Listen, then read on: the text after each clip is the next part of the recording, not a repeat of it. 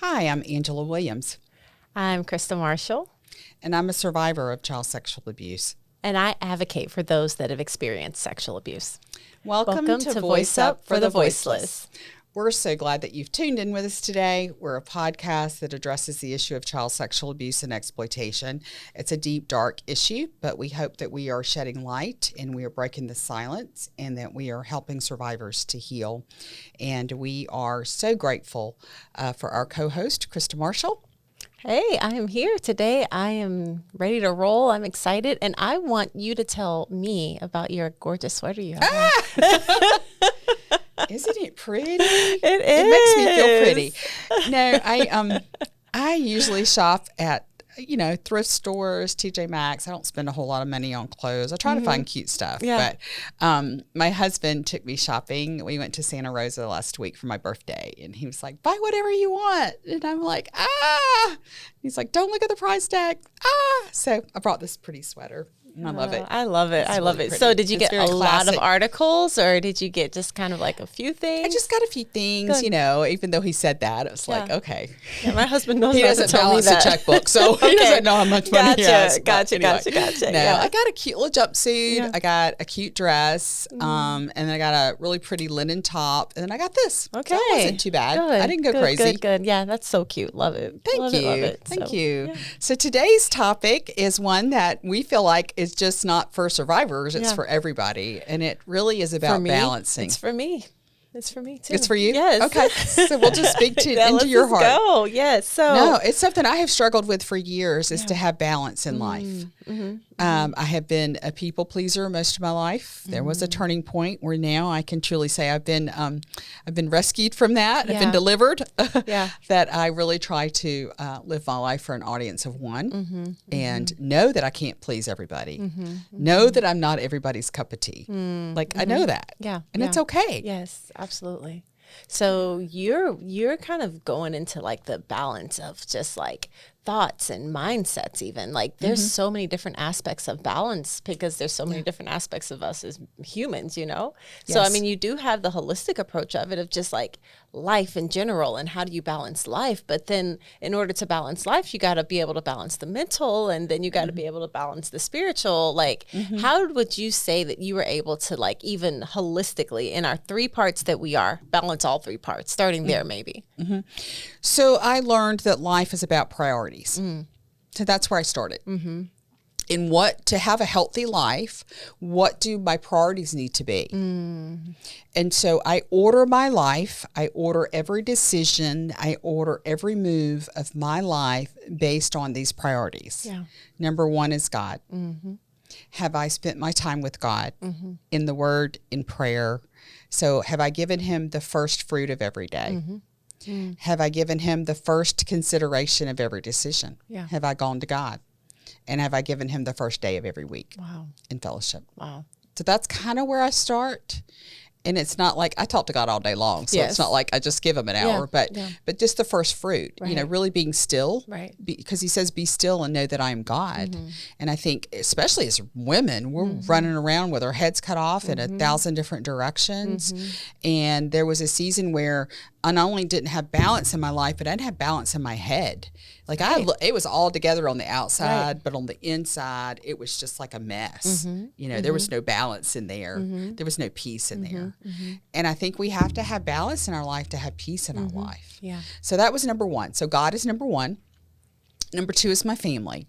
Have I served my family well? Have I met the needs of my family? And by all means, please do not think I have all this put together all the time. This is just my outline. Yeah. This is what I'm trying to do. This is what I work toward. This is my focus. Because I do fail many times, but anyway.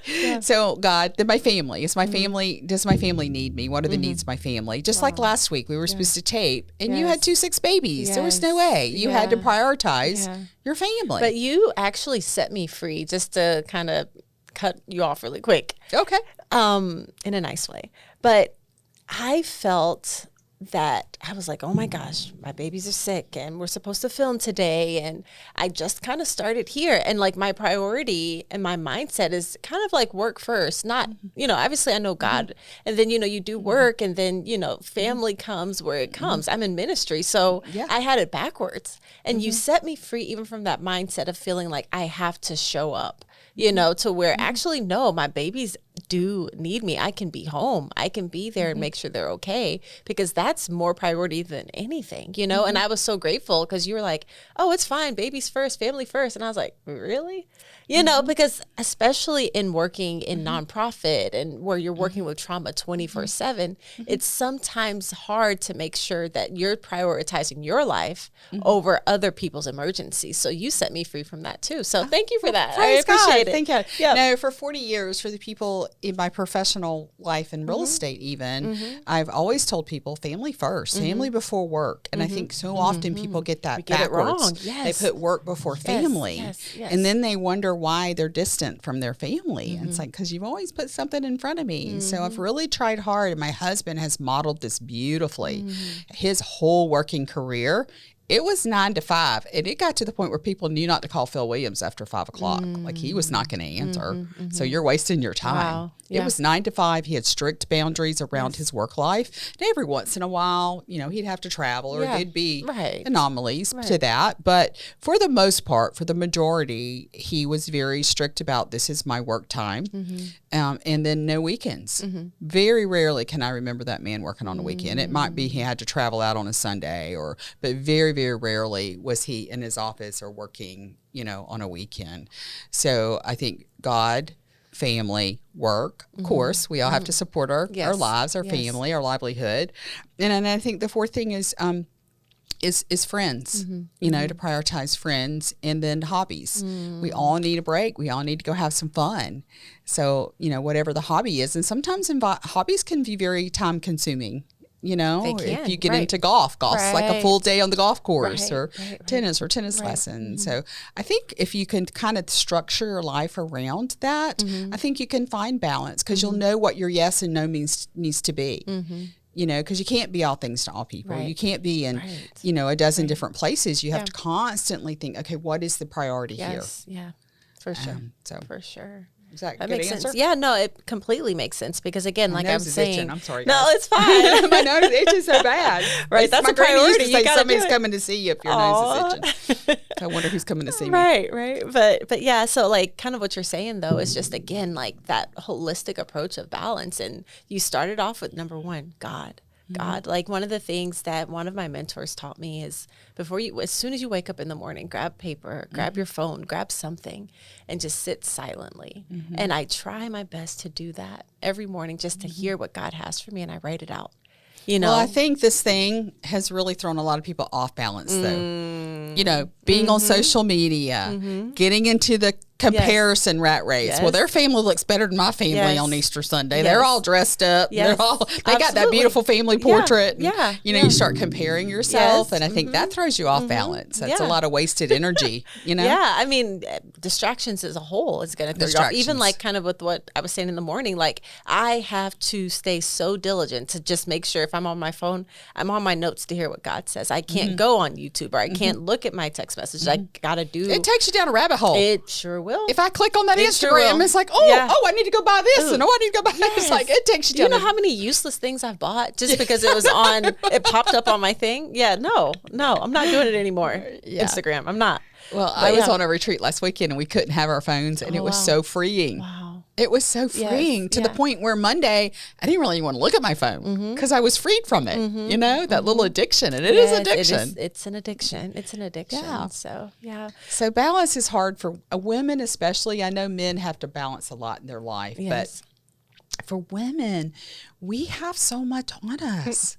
We got to take care of the house. We got to buy the groceries. We got to wash the laundry. We got to, not that our husbands don't help, or if you're single, then you don't have any help. So it's just a lot of balancing all these chores and all this stuff. And I just want to encourage you, when it comes to decisions in your life, or your yes or your no, it's okay to say no. It's okay if you're at capacity. And when you come to those decisions of should I do this or should I not, look at your capacity. Look at how full your plate is without automatically saying yes and then struggling. And then ask God, is this what I'm supposed to be doing? Yes. Yeah. Is this something that is in my purpose and my mission? Does this align with God's plan for me? Absolutely. And even as you're saying that, like, I'm thinking about, sometimes you can't hear it because you're so exhausted. What do you do? How do you, Angela? And I ask you this in your beautiful, amazing, awesome time that you've been here on this earth of 60 years, right? Yeah, like 60. How did you learn and find time to rest in every hat that you wore? Like, how did you do that? Still trying to figure that out, Krista. But I say I failed miserably. Yeah. I have failed miserably for most of my life. But for this season in my life, allowing myself permission to rest, permission to go. I have a lot of plates spinning. But to know that some plates are going to fall, and that's okay. I need rest. I have to they say you have, in a plane, when the plane's going down, you got to put the oxygen mask on yourself before you even put it on your child. How hard of a decision is that, But to learn how to put the oxygen mask on yourself, to give yourself permission to rest, even permission to spend time with God. There's no task more important. And I have to keep reminding myself, yes, there's a million things that need to be done.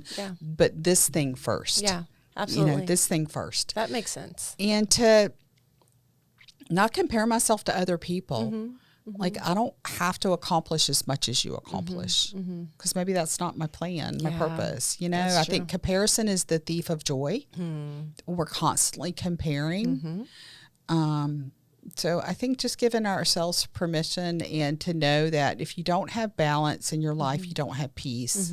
If you don't have peace, you don't have joy. You don't have joy, you don't have life abundantly. Yeah. Ooh, that was good. Let me write that down. I can repeat that. But hey, we have it on recording. That was straight from God. That wasn't from me. That was God speaking through me. Right. So, okay, I have another question, and it kind of has to do with rest a little bit. So, me and my husband go back and forth on this, and I have a problem, I think, or he has a problem. We don't know. Okay. But I think about, you work to rest, and he rests then to work. Okay. Because he has to recharge his batteries. He has to recharge. And I, like, for instance, if we're home and we have a day off, I'm like, okay, let me clean, fix this, put this in order, everything that has to be done, so then I can rest. And he's like, well, let me just rest first, and then we'll get to that. Like, what do you do? Like, how do you balance that? Well, how often do you clean and it's to be done again? Yeah. I think as women, we have to give ourselves permission to let the dust pile up a little bit. Okay. Like, we are in such perfection mode. So I kind of tend to, and it's really not my nature to even agree with your husband, but I'm kind of liking what he's saying. To put the rest first. Yeah. Because then if you don't, you may run out of time and not get the rest. Yes. And that's what happens every single time. But yet my mind is so set on, okay, well, let me put this in order and get this, because I'm trying to, again, balance so much that I feel like, and it comes into a control thing where I'm like, at least I can't balance all of this stuff. I have everything doing well, but at least I can control this house and make sure everything is in order. And then I realize, I'm like, this is control. Because I feel out of control in other areas. So, well, you feel like you'll be judged too. If your friend drops in and there's dirty dishes in the sink, or the laundry's piled up. Yes. I say, if you come to see me, come to see me. If you come to see my house, make an appointment. Noted. Got it. So I think, and of course we want a clean home. And of course we want the laundry done. And of course we want all that done. Yeah. But if you're tired, it's okay for it to the dishes to sit in the sink overnight. That's one thing my old age has given me, is permission to be okay with everything not being perfect. It's okay. It is. Okay. Noted. It's not going to be the end of the earth. No one's going to die. It's not life or death. Yes. So hopefully that speaks to somebody out there, because I am one that for many, many years tried to control everything in my life, and the apple doesn't fall far from the tree. My daughter is a little compulsive about, cleaning and keeping her house kind of perfect. And I think that's part of her therapy. She deals in such a stressful job. She's a doctor and a lot of life or death situations. She literally is in life or death. Yes, so absolutely. I think even her cleaning is her rest, because she can control and she can get that clean and she can put that to bed. So I think psychologically that's part of her kind of rest, even though she's still working and still on her feet. Yes. Yeah. Okay. Thank you for that. Appreciate it. Yeah. So I think women, it's nice now to be in this season to maybe I can speak into young mothers and young women out there is perfection is the lowest standard. It's about the present moment that you're in and what you need in that present moment and what your family needs in that present moment. And your husband may need you to go sit beside him and just rest. And knowing that you're sitting down and that you're not flying around the house trying to get things done, I'm sure it's not real restful for him because he's sitting there feeling a little guilty. I should be up helping her instead of resting, right? Yeah, he tells me that. Yeah, he's so like, maybe hey, come sit. Maybe I should listen. You should listen. You should listen. Yeah. Because those days are sitting. We never know what's going to happen tomorrow. That's true. We never know if that might be your last day to sit with him. We don't know. We don't know. And I try to just slow down and think, you know what?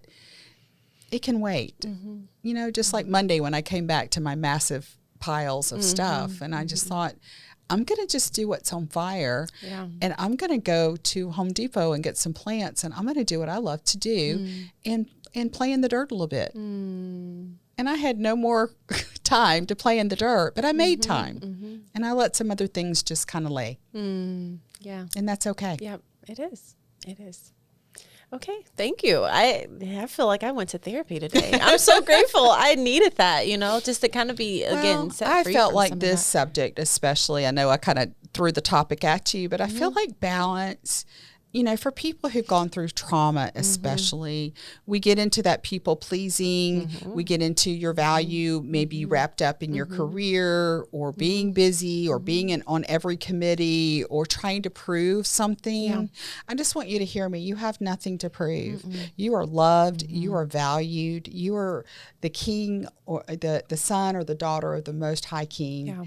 You have nothing to prove. Right. So all of that busyness, all of that wearing yourself out, it's a path to no end. That's so true. Yeah. And one of the things that I had to come to an understanding of, especially working with people that are going through trauma every single day, is that I'm not the savior. So I can do everything that I can do, but I'm not their savior. So if I miss a phone call or if I miss a text message because I might be at my daughter's volleyball game, there's a point where I have to allow God in. There's a point where I have to introduce them to God to where they can understand that he's going to be the one to do it all. I can give them the direction, but I can't be everywhere. And when I set myself free from that, I felt like even our organization just expanded even more because I wasn't trying to hold everything in my own hands and do this and do this and do this. And he was able to breathe, and then people were able to do more. Well, I think, and I'll be the first to admit this, I think we think nobody can do it like we can do it. Oh, yeah. Or nobody can do it right. They don't know. I got to be there. I got to help. And I want it done a specific way. So I have my way or the highway. And I am so guilty of this in my little type A personality. But when you learn to delegate, then that releases someone else to walk in their mission and their strength and their talents and their gifts. So delegating is real important to provide balance, And I tell my daughter all the time, I'm like, she has such a busy life. I'm like, even if you have to pay a little bit of money, just farm that out. Just delegate that. You don't need to be in the shower washing your dogs. Go get a groomer. You don't, maybe some days you don't need to cook all the meals. Maybe order out. Just do things that what you can delegate. Do what only you can do. Only you can sit at the feet of Jesus, only do what you can do and try to delegate other things out. Yeah. And there are people that want to help. There are people that want to do. Yeah. That's so true. I think that you, again, telling you, Angela, you're amazing. But I feel like that honestly, it was a cultural difference too. I mean, coming up from me being, a minority, like you can, I got it. That's what was taught to me all the time. Just like, oh, you don't need anybody to clean your house. You can do that. Or why would you get somebody to do that? You can do that. You can do that. You can do that. And then I'm doing that with 4 kids, ministry, and all of this stuff that's going on in an organization, and I am just ragged. I minister to so many people, but did I speak into you that you needed to get yes, some help? I did, and I did. You told me, you were like, Angela, go get a house cleaner. Get somebody to, or Krista, clean your house. Get somebody to clean your house. You don't have to do it. And I said, oh, I don't? And it was just, I know that might sound dumb, but it was so freeing. Like, oh, I can do this. Like, I don't have to clean all these rooms and do all this stuff. Like, and then we'll get people to, get food and all this stuff. And I have more time with what matters, my babies and my husband and my family and going to support my daughter. And, I have time to do that stuff now. So yes, you don't know, you have been a pivotal moment in person and everything. So I'm grateful, but I really want to talk a little bit about survivors. Cause I think if you're in that place of, you haven't felt safe. You're dealing with triggers, like your emotions are off balance. You may be dealing with, like we talked about, the unworthy feelings, and you're also kind of hyper vigilant. Like if it's the fight or flight. You're stuck in overdrive all the time. And so I just want to, breathing is so important to even find balance emotionally. So I just want to encourage you just to stop and just take a breath, just to stop and pray, just to stop and be still, like be still and know that I'm God. Like in my healing season, I sometimes would have to pull over. Like when I was so anxious and so in hyper vigilance and hyperdrive, and I would just pull the car over and just try to breathe, and just try to just reground yourself, because memories and flashbacks and triggers, it can put you in a tailspin emotionally. Absolutely. And how can you make good decisions in that state? How can you know what needs to be yes and what needs to be no in that state? So I just really wanted to touch on that and to say it's okay. And I promise you it's just a season. Like this is not going to be forever. It's a season. But you do have to acknowledge that I'm hurting, and this might not be the time to take on another task or another project or another committee role or, head of the PTA or the class president or whatever that you're what was it, classroom parent or whatever, homeroom parent or I remember those roles. It was like me, I'll be homeroom parent. Meanwhile I'm struggling to keep it together. So it's okay to say no sometimes when you're in that season of healing, because really your focus needs to be on you. Yeah, and maybe even just to say no to more than what you normally would. Yes. And the reason why you do that is to give yourself space for if there is a day that you need a little bit more encouragement or a day that you are feeling down, that you can then at that moment have the time and you're not pressed to heal really fast. Let me walk through this really fast so I can go to this PTA meeting that nobody cares about, like give yourself extra time. Like one of my friends told me this, she was like, plan for 80% of your day. Wow. 80% of your day and leave room for 20% for whatever to come. And that helped me again so much, just 80%. And I don't have to do, whatever that works for you, but like leave room for whatever may be to come. You make a profound point, is we have to leave margin in our day. Yes. Margin for, if you're healing, to give yourself plenty of time. Yes. And sometimes when we're sitting at the feet of Jesus and we're in our devotion or in our time with the Lord, it's often so brief. We allow 15 minutes for our devotion, check. Yep. When maybe you just need to sit before the Lord and bask in his presence and feel his love and feel his peace and let the wounds begin to heal, because healing takes time. It does. Yes. Healing needs to be intentional and it needs to take time. Yep. And so to have balance in your life, it might be that you have to take other things off your plate. Yep. That's true. And let people know. Don't try to heal in isolation. We talked our last we finished a series recently with the lies that survivors believe. And, the lies that they believe keeps them in a tailspin sometimes, and not understanding that your value is not in what you do, it's who you are. When we so wrap up our identity and our accomplishments or our career or being the best mom or being the best wife, but really our identity should be wrapped up in him, and he can give you the balance. Right. I love this scripture. I was trying to get my glasses on and off to read it, but in John 10:10, we all know that the thief comes to steal, kill, and destroy, but Jesus says after that, I came that they may have life and have it abundantly. And that's his desire, that you have an abundant, joyful life. And you can't do that when you're out of sync. No. And I love this too. Come to me, all you who are weary and burdened, and I will give you rest. For my yoke is easy and my burden is light. And that comes from Matthew 11:28-30. Yeah. And we see Jesus modeled this. He had crowds. He had people tugging at his robe. He had places he had to preach. He had healing he had to do. But what do we see he models? He went away. He withdrew. He went to a quiet place. Even in the midst of all of it. Yes. Yeah. He rested. So that's a great model to see that even Jesus. And I have a friend of mine that calls me Little Jesus all the time. Deborah, she calls me Little Jesus. You can't be Little Jesus all the time. Yeah. And I think she sees me wearing myself out because the work is hard. It's hard work. And many survivors need someone to walk alongside them. And there are not enough people in those places of mentorship. Yeah. Yep. Sounds good. So.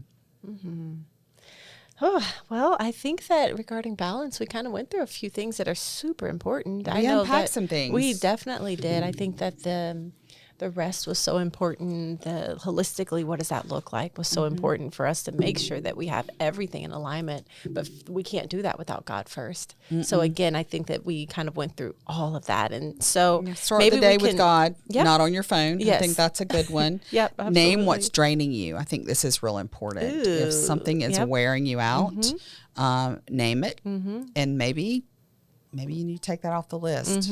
Or maybe you need to give it to God. Yeah. Sometimes it's relationships that's draining us and getting us off balance. Name what's draining you. Yes. Whatever it is that's draining you. Create margin. You said that in your calendar. I loved what you said. Plan 80% of your day. 80%. I've gotten where as I get older, I try to leave an hour between meetings. That way, if I'm running behind, running late, that person's running late, because when you schedule yourself back to back to back, then that gets you anxious. Absolutely. And that throws your balance off your day. You can't be as present as you want to. And I try to allow a day, and I know we need the Sabbath. We absolutely need the Sabbath day of rest. But I try to plan a catch-up day in my week. I try to plan a day that I just set aside all the phone calls I didn't return, the emails I didn't return, the thank you notes I didn't write, and just spend that day kind of getting caught up. And that starts my week kind of like, whew, okay. I am putting that on my calendar. Thank you for that. Yes, I'm going to start doing it. I think that's great. Yeah. And if you can't do a whole day, just do a couple hours and mark it on your calendar. And I just call it catch-up time. It's just catch-up time. Yeah, that's great. And that's hard to do too. Yeah. Practice saying no. Woo! That's a big one. Yes. Yeah. Yeah. I think that again, no, it's okay. That's a full sentence, that's all that you have to say sometimes. But how do you know when to say no? That's one of those other things as well. But like you said, how are you feeling? What do you need? We have to be in tune with ourselves. We have to know what's our soul health look like? What does our mindset look like sometimes before we even say no to people, because you don't know. It's easy to say. Becomes real cliche, but I do say, if I don't get my yes right away, if I know I'm not supposed to do that, but yet I'm not sure, I'll just say I need to pray about it. I really need to pray about that and take it before the Lord and say, okay, here's what's on my plate. Can I add? And sometimes God will give you a bigger plate. Like if he calls you to do it, he'll provide. He will. Yes. So it's okay not to have the quick answer. Yeah. That's what you're saying. Yeah. Yeah.